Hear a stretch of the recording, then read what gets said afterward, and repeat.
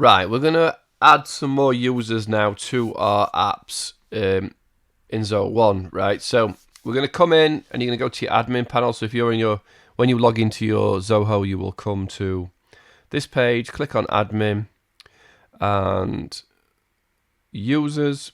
You will see just me at the minute. So at the moment I can add a user. I can change things around in settings and I can do it in different ways. And what I mean is, if I want to set up firstly my groups, I might set up a new group and just call it there, look, human resources. Email address. I'm not sure what email address it's asking for there on that group. I'm not sure whose email it's giving. Just HR department, whatever you want to put, right? Collaboration group or a department. This is a department. Department head. I've only got, I believe, only me in there, so that would be it. Any moderators? So these are people here. It says moderators have privileges to add or remove members and manage groups. So obviously moderators or followers. These are just people who work in that group who can access shared documents and stuff. And then any members that need to be added, right? So you can add please add a moderator. All right, you'd have thought the admin would be the moderator, wouldn't you? So you can add departments straight away.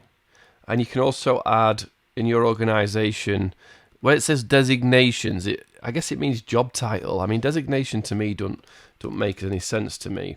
Manager. So you can obviously set out your company, right? I don't know, is it board member?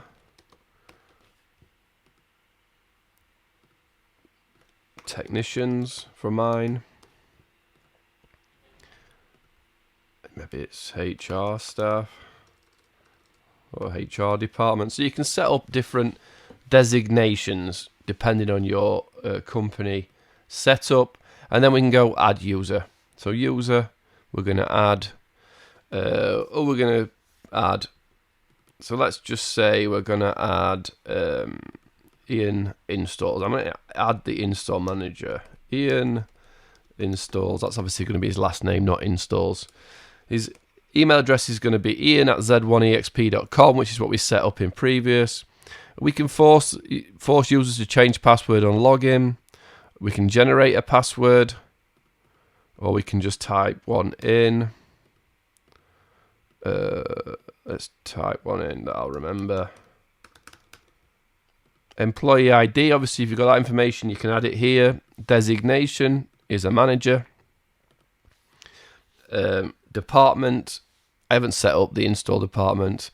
Reporting to, if you've got anybody you want to import, you can just double click and this search has got a, sometimes like it's really annoying, isn't it, when it tries to help you out.